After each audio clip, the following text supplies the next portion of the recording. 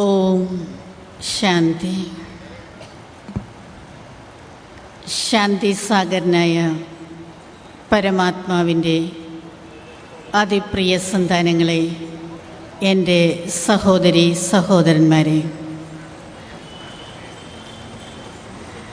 ഒരേ ഒരു ഈശ്വരൻ, ലോകം ഒരു കുടുംബം. എത്ര സുന്ദരമായ ഒരു കാര്യമാണിത്.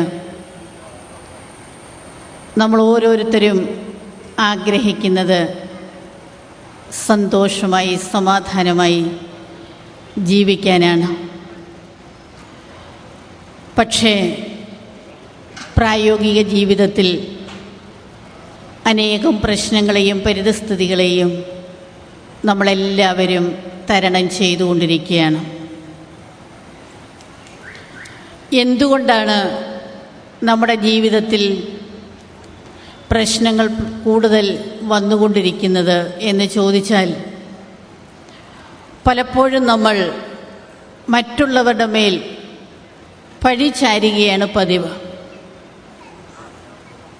അവർ കാരണമാണ്, ഇവർ കാരണമാണ് എൻ്റെ ജീവിതത്തിൽ എനിക്ക് പ്രശ്നം എന്നാണ്. പക്ഷേ നമ്മൾ സ്വയം നമ്മളോട് തന്നെ ഒന്ന് ചോദിക്കുകയാണെങ്കിൽ, എൻ്റെ ജീവിതത്തിലുണ്ടാകുന്ന പ്രശ്നങ്ങൾക്ക് കാരണക്കാരി അല്ലെങ്കിൽ കാരണക്കാരൻ എൻ്റെ തന്നെ മനസ്സിൽ ഉണ്ടാകുന്ന ചിന്തകളല്ലേ? ശാന്തമായ ചിന്തകൾ രചിക്കുന്നതും അശാന്തമായ ചിന്തകൾ രചിക്കുന്നതും സമാധാനത്തിൻ്റെ ചിന്തകൾ രചിക്കുന്നതും യുദ്ധത്തിൻ്റെതായ ചിന്തകൾ രചിക്കുന്നതുമെല്ലാം നമ്മുടെ മനസ്സല്ലേ? വളരെ സൂക്ഷ്മമായി നമ്മുടെ ഓരോരുത്തരുടെയും ഉള്ളിൽ ചിന്തകൾ പരക്കം പാഞ്ഞുകൊണ്ടിരിക്കുകയാണ്. എന്തൊക്കെയോ നേടണമെന്നും എന്തെല്ലാമോ മറ്റുള്ളവരിൽ നിന്ന് കിട്ടണമെന്നും വലിയ വലിയ പ്രതീക്ഷകളാണ് നമുക്ക്. ആ പ്രതീക്ഷകൾക്ക് എപ്പോഴൊക്കെയാണോ കോട്ടം സംഭവിക്കുന്നത്, അപ്പോഴെല്ലാം നമ്മൾ നിരാശരാകുകയാണ് പതിവ്. സർവശക്തനും സർവജ്ഞനുമായ ഈശ്വരൻ ഈ സമയത്ത് സൃഷ്ടിയിൽ അവതരിച്ച് മക്കളായ നമ്മളെ ഉപദേശിക്കുകയാണ്. തെറ്റ് നിങ്ങൾക്ക് ഓരോരുത്തർക്കും സംഭവിച്ചിരിക്കുകയാണ്. കാരണം നശ്വരമായ ദേഹവും ദേഹത്തിൻ്റെ സുഖവുമാണ് വലുത് എന്ന് വിചാരിച്ച് അത് കിട്ടുന്നതിന് വേണ്ടിയുള്ള നെട്ടോട്ടത്തിനിടയിൽ തൻ്റെ ധർമ്മവും തൻ്റെ മൂല്യങ്ങളെയും മറന്നു. ഞാൻ എന്താണ് ചിന്തിക്കേണ്ടത്, ഞാൻ എന്താണ് സംസാരിക്കേണ്ടത്, ഞാൻ എന്താണ് പ്രവർത്തിക്കേണ്ടത്, ഇതെല്ലാം പാടെ നമ്മൾ മറന്നുപോയി. സാധാരണ തന്നെ പറയാറുണ്ട്, മറവി ഒരനുഗ്രഹവുമാണ്, എന്നാൽ മറവി ഒരു ശാപവുമാണ്. ഇപ്പോഴത്തെ സമയത്ത് നമ്മൾ നോക്കുമ്പോൾ മറവി സൃഷ്ടിയിൽ വലിയ ശാപം ഉണ്ടാക്കിയിരിക്കുകയാണ്. സ്വയം തന്നെ മറന്ന് തന്നെ രക്ഷിച്ചുകൊണ്ടിരിക്കുന്ന, തന്നെ ഉപദേശിച്ചു കൊണ്ടിരിക്കുന്ന ആ സർവേശ്വരനെയും മറന്ന്, പരസ്പരമുള്ള ബന്ധങ്ങളെയും മറന്ന്, സ്വാർത്ഥ താല്പര്യങ്ങൾക്ക് വേണ്ടിയും അധികാര ദുർമോഹങ്ങൾക്ക് വേണ്ടിയും എന്തും ചെയ്യാൻ മടി കാണിക്കാത്ത ഒരു ജനസമൂഹത്തെ നമ്മൾ കണ്ടുകൊണ്ടിരിക്കുകയാണ്. അപ്പോഴാണ് എല്ലാം മറക്കുകയും പൊറുക്കുകയും പിന്നെയും സ്നേഹിക്കുകയും ചെയ്യുന്ന കരുണാസാഗരനായ ഭഗവാൻ സൃഷ്ടിയിൽ ഇടപെടുന്നത്. ഈശ്വരനെ ഓർമ്മിപ്പിക്കുകയാണ്, നിങ്ങളെല്ലാവരും എൻ്റെ തന്നെ മക്കളാണ്. വൈവിധ്യമാർന്ന സ്വഭാവ സംസ്കാരങ്ങളാണെങ്കിലും നിങ്ങളെല്ലാവരും ആത്മചൈതന്യങ്ങൾ, പരസ്പരം സഹോദരങ്ങളാണ്. എൻ്റെ മക്കളാണ് എന്നുള്ള ശബ്ദം ഈശ്വരൻ നമ്മളോട് പറയുമ്പോൾ ഉള്ളിൻ്റെ ഉള്ളിൽ നിന്നും നമുക്ക് ആ സ്നേഹം അറിഞ്ഞോ അറിയാതെയോ വന്നു പോവുകയാണ്. തെറ്റുകളെ മറക്കാനും പൊറുക്കാനും പിന്നെയും സ്നേഹിക്കാനുമുള്ള മനസ്സിൻ്റെ ശക്തി നമുക്ക് തിരിച്ചു വരികയാണ്.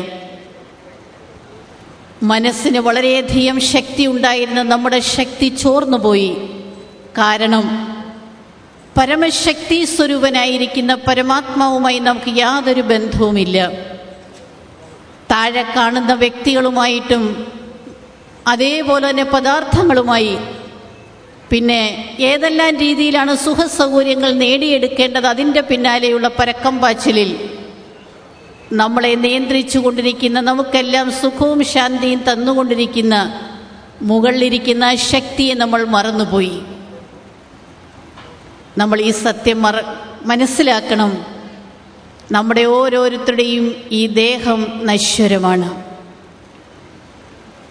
5 തത്വങ്ങൾ കൊണ്ടുണ്ടായിട്ടുള്ള നശ്വരമായ ദേഹത്തിനുള്ളിൽ അനശ്വരമായ ഒരു ശക്തി കുടികൊള്ളുന്നുണ്ട്. ആ ശക്തിയാണ് നമ്മൾ ഓരോരുത്തരും. ആ ശക്തിയുടെ ബന്ധത്തിലാണ് നമ്മൾ ഓരോരുത്തരും സഹോദരങ്ങളാകുന്നത്. ഈ എല്ലാ ആത്മചൈതന്യങ്ങളുടെയും പരമപിതാവായിരിക്കുന്ന പരമാത്മാവ് സ്വയം പ്രകാശമാണ്. ആ പ്രകാശ സ്വരൂപനായിരിക്കുന്ന പരമാത്മാവിൻ്റെ മക്കൾ നമ്മൾ പരസ്പര സഹോദരങ്ങളാണ് എന്ന് ഉള്ളിൻ്റെ ഉള്ളിൽ നമുക്ക് കുറച്ചെങ്കിലും ബോധമുള്ളത് കൊണ്ടാണ് ഇപ്പോഴും വല്ലപ്പോഴുമെങ്കിലുമൊക്കെ നമ്മൾ പറയുന്നത് വസുദൈവ കുടുംബകം, വിശ്വസാഹോദര്യം എവിടെ പോയി എന്നൊക്കെ. അപ്പോൾ വിശ്വം എന്ന് പറയുന്നത് നമ്മുടെ സ്വന്തമാണെന്നും നമ്മൾ ഓരോരുത്തരും ആ ലോകൈക പിതാവിൻ്റെ, ആ ലോകേശ്വരൻ്റെ, വിശ്വേശ്വരൻ്റെ സന്താനങ്ങളാണെന്നുള്ള ഉള്ളിൻ്റെ ഉള്ളിലുള്ള ആ ബോധത്തെ ഒന്നും കൂടി നമ്മൾ ശക്തമാക്കേണ്ടിയിരിക്കുന്നു. നമ്മുടെ ഇന്നത്തെ ലോകത്ത് നമ്മൾ കണ്ടുകൊണ്ടും കേട്ടുകൊണ്ടും ഇരിക്കുന്ന എത്രമാത്രം വേദനയുടെ കാര്യങ്ങളാണ്. എന്ത് ചെയ്യുന്നതിനും എന്തും കാണിക്കുന്നതിനും മനുഷ്യന് യാതൊരു മടിയുമില്ല. നമ്മളൊന്ന് ചിന്തിച്ചു നോക്കൂ, ബുദ്ധിയുള്ളവർക്ക്, വിവേകമുള്ളവർക്ക് യോജിച്ചതാണോ ഇത്? ബുദ്ധിയില്ല എന്ന് നമ്മൾ പറയാറുണ്ടല്ലോ. സാധാരണ കൊച്ചുകുട്ടികൾ എന്തെങ്കിലും അറിവില്ലായ്മ കാണിക്കുമ്പോൾ സാരമില്ല, അവന് അറിവില്ലാത്തത് കൊണ്ടാണ് നമ്മൾ പറയും. പക്ഷേ അറിവുണ്ട് എന്ന് സ്വയം നടിക്കുകയും അറിവില്ലായ്മ കാണിക്കുകയും ചെയ്തുകൊണ്ടിരിക്കുന്ന ഈ സമൂഹത്തെ മാറ്റിമറിക്കുക എന്നുള്ളത് സർവജ്ഞനും സർവശക്തനുമായ ഭഗവാനല്ലാതെ മറ്റൊരാളിനും ഇനി സാധ്യമല്ല. അതുകൊണ്ട് തന്നെയാണ് കലിയുഗത്തിൻ്റെ അന്തിമ ചരണമാണ് നടന്നുകൊണ്ടിരിക്കുന്നത്. അധർമ്മം അതിൻ്റെ മൂർധന്യാവസ്ഥയിൽ എത്തിയിരിക്കുകയാണ്.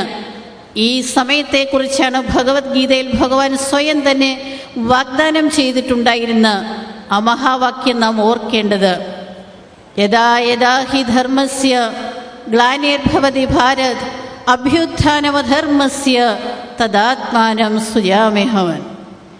എപ്പോഴെല്ലാം ധർമ്മത്തിന് അതിനാശം സംഭവിക്കുന്നുവോ അപ്പോഴെല്ലാം ധർമ്മം പുനഃസ്ഥാപിക്കുന്നതിന് വേണ്ടി ഞാൻ ഈ സൃഷ്ടിയിൽ അവതരിക്കുമെന്ന് കരുണാസാഗരനായ ഭഗവാൻ സ്വയം തന്നെ വാഗ്ദാനം ചെയ്തിട്ടുണ്ടായിരുന്നു. ചുറ്റും ഒന്ന് കണ്ണോടിക്കുകയാണെങ്കിൽ ബുദ്ധിയുള്ളവർക്ക് മനസ്സിലാകും, തീർച്ചയായിട്ടും സമയം അതുതന്നെയാണ്. ഇനി എപ്പോഴാണ് ഭഗവാൻ അവതരിക്കേണ്ടത്? 4 ഭാഗത്തും എത്രമാത്രം അധർമ്മം കൊടികുത്തി വാഴുകയാണ്. ഈ സമയത്തും കരുണാസാഗരനായ, അറിവിൻ്റെ സാഗരനായ ഭഗവാൻ വരുന്നില്ല എങ്കിൽ പിന്നെ എപ്പോൾ വരാനാണ്? പ്രജാപിത ബ്രഹ്മകുമാരി ഈശ്വരി വിശ്വവിദ്യാലയം ഈ സത്യമായ സന്ദേശം എല്ലാവർക്കും പറഞ്ഞ് മനസ്സിലാക്കി കൊടുത്തുകൊണ്ടിരിക്കുകയാണ്. നമ്മുടെ എല്ലാവരുടെയും രക്ഷകൻ ഈ ഭൂമിയിൽ അവതരിച്ചിട്ടുണ്ട് എന്നും ഭഗവാൻ തൻ്റെ കർത്തവ്യം നിറവേറ്റിക്കൊണ്ടിരിക്കുകയാണെന്നും നമ്മൾ ഓരോരുത്തരും ആ ഈശ്വരനെ മനസ്സിലാക്കി ഈശ്വരപ്രാപ്തി എടുക്കുന്നതിനുള്ള സമയമാണിത് എന്നും ഇപ്പോഴില്ല എങ്കിൽ പിന്നെ ഒരിക്കലുമില്ല എന്നും കൂടി സ്വയം ഭഗവാൻ നമ്മളെ ഓർമ്മിപ്പിക്കുകയാണ്. അതുകൊണ്ട് നശിച്ചു പോകുന്ന സുഖത്തിൻ്റെ പിന്നാലെ പരക്കം പാഞ്ഞ് ഇനിയെങ്കിലും സമയം നഷ്ടപ്പെടുത്തരുതേ എന്ന് ആത്മീയ സഹോദരങ്ങളോട് ഒരപേക്ഷയുണ്ട്. തീർച്ചയായിട്ടും ഈ സഹോദരിമാരുടെ അപേക്ഷയെ സ്വന്തം സഹോദരങ്ങൾ കേൾക്കുമെന്നുള്ള ശുഭപ്രതീക്ഷയിൽ ഞാൻ എൻ്റെ ശബ്ദങ്ങളെ ഇവിടെ നിർത്തുകയാണ്. എല്ലാവർക്കും നമസ്കാരം. പിന്നെ നമ്മുടെ ബഹുമാനപ്പെട്ട മന്ത്രി തീർച്ചയായിട്ടും വരും. ഇന്ന് നേരത്തെ തന്നെ അദ്ദേഹം പറഞ്ഞിട്ടുണ്ടായിരുന്നു, വൈകിട്ട് 2-3 പരിപാടികളുണ്ട്, ആ പരിപാടികളൊന്നും മാറ്റിവെക്കാൻ സാധിക്കുകയില്ല. അപ്പോൾ അതുകൊണ്ട് തീർച്ചയായിട്ടും വരും, സ്വല്പം വൈകും. നിങ്ങളെല്ലാവരും ഇനിയുള്ള പരിപാടികളും കണ്ടതിന് ശേഷം മാത്രമേ പോകാവുള്ളൂ എന്ന് അപേക്ഷിക്കുകയാണ്. കാരണം വളരെ സുന്ദരമായിട്ടുള്ള കാലചക്രത്തിൽ നടന്നുകൊണ്ടിരിക്കുന്ന വളരെ മഹത്തമായ ഒരു കാര്യം നാടകത്തിൻ്റെ രൂപത്തിലും നൃത്തത്തിൻ്റെ രൂപത്തിലും നിങ്ങളുടെ മുന്നിൽ അവതരിപ്പിക്കുന്നുണ്ട്. അപ്പം അതുകൊണ്ട് എല്ലാ സഹോദരീ സഹോദരന്മാരും സത്യമായിട്ടുള്ള സന്ദേശത്തെ ഉൾക്കൊണ്ടുകൊണ്ട് വേണം പോകുവാൻ. അതേപോലെ നമ്മുടെ വേദിയിൽ ഏറ്റവും മൂത്ത ഏതാണ്ട് 97 വയസ്സ് ഉള്ള നമ്മുടെ ബഹുമാനപ്പെട്ട ജസ്റ്റിസ് വി.ആർ. കൃഷ്ണയ്യർ സാർ വളരെ ക്ഷമയോടെ കൃത്യസമയത്ത് തന്നെ വരികയും, അദ്ദേഹത്തിൻ്റെ കണ്ണിന് വളരെയധികം ബുദ്ധിമുട്ടുണ്ട് ഈ പ്രകാശം അടിക്കുമ്പോൾ. എന്നിരുന്നാലും ഭഗവാനോടുള്ള സ്നേഹവും അതേപോലെ വിദ്യാലയം ചെയ്തുകൊണ്ടിരിക്കുന്ന കാര്യങ്ങൾ എത്രമാത്രം മഹനീയമാണെന്ന് അനുഭവിച്ചറിഞ്ഞിട്ടുള്ള അദ്ദേഹം ഈ ശ്രീ വിശ്വവിദ്യാലയത്തിൻ്റെ മുഖ്യാസ്ഥാനമായ മൗണ്ട് അബുവിൽ പല പ്രാവശ്യം സന്ദർശിക്കുകയും നമ്മുടെ ചീഫായിരുന്ന പ്രകാശ് മണി ദാദിജിയെ സ്വന്തം സഹോദരിയായി കണക്കാക്കുകയും അത്രയും തന്നെ സ്നേഹത്തോടെ അന്നും ഇന്നും ഈ പ്രസ്ഥാനത്തെ കാണുകയും ബഹുമാനിക്കുകയും ചെയ്യുന്ന അദ്ദേഹത്തിൻ്റെ ആ ഒരു പ്രസൻസ് ഈ സമയത്ത് എത്രയോ മനസ്സിന് സന്തോഷം തരുന്നതാണ്. ആ സന്തോഷത്തെ എല്ലാവരും ഒന്ന് വളരെ സന്തോഷത്തോടുകൂടി കൈയടിച്ച് ഒന്ന് അദ്ദേഹത്തെ ഇത് ചെയ്യേണ്ടത്. തീർച്ചയായിട്ടും അദ്ദേഹത്തെ കാണുമ്പോൾ നമ്മുടെ ഈ ശ്രീ വിശ്വവിദ്യാലയത്തിൻ്റെ ഇപ്പോഴത്തെ അഡ്മിനിസ്ട്രേറ്റീവ് ഹെഡ് ദാദി ജാൻകിജിയെ കൂടുതലായിട്ട് ഓർമ്മ വരികയാണ്. ദാദിജിയും ഇപ്പോഴേതാണ്ട് 97 വയസ്സുണ്ട്. പക്ഷേ ലോകത്തിൻ്റെ 4 ഭാഗത്തും ഓടി നടന്ന് ഒരു പക്ഷിയെപ്പോലെ പറന്നു നടന്ന് ഈശ്വരീയ സന്ദേശം കൊടുത്തുകൊണ്ടിരിക്കുകയാണ്. തന്നെയുമല്ല, സയൻറ്റിസ്റ്റ് നമ്മുടെ ദാദിജിക്ക് കൊടുത്ത നാമം ഇതാണ്, the most stable mind in the world. ലോകത്തിലെ ഏറ്റവും സ്ഥിരമായ മനസ്സിൻ്റെ ഉടമയാണ് ദാദിജി എന്ന്. അപ്പം അത് ഇങ്ങനെയൊരു മനസ്സിനെ നേടിയെടുക്കാൻ കഴിഞ്ഞു എന്ന് ചോദിച്ചപ്പോൾ വളരെ ശാന്തമായ മനസ്സോടെ ദാദിജി പറയുകയുണ്ടായി, ഇത്രയും വലിയൊരു പ്രസ്ഥാനത്തിൻ്റെ കാര്യങ്ങൾ നിറവേറ്റിക്കൊണ്ടും. അപ്പോൾ പറഞ്ഞത്, ഇതിൻ്റെ എല്ലാം ഹെഡായിട്ടിരിക്കുന്നത് സുപ്രീം ശക്തിയാണ്. ആ ശക്തിയാണ് എന്നെ നയിച്ചുകൊണ്ടിരിക്കുന്നത്. ആ ശക്തിയാണ് ഈ കാര്യങ്ങളെല്ലാം നയിച്ചുകൊണ്ടിരിക്കുന്നത്. ഞാനല്ല, എല്ലാം നിൻ്റേതാണ്.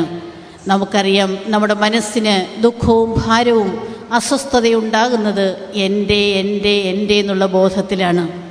എൻ്റെ എന്നുള്ളതിനെ ഇല്ലാതാക്കി എല്ലാം നിൻ്റേതാണ് എന്നുള്ള അർപ്പണബോധത്തിലേക്ക്, പരമാത്മാർപ്പണത്തിലേക്ക് നമ്മൾ ഓരോരുത്തരും വരികയാണെങ്കിൽ നമുക്കും സ്ഥിരമായിട്ടുള്ള ഒരു മനസ്സിൻ്റെ ഉടമയാകാൻ സാധിക്കുമെന്ന് ജാൻകി ദാദി നമ്മളെല്ലാവരെയും ഓർമ്മിപ്പിക്കുന്നുണ്ട്.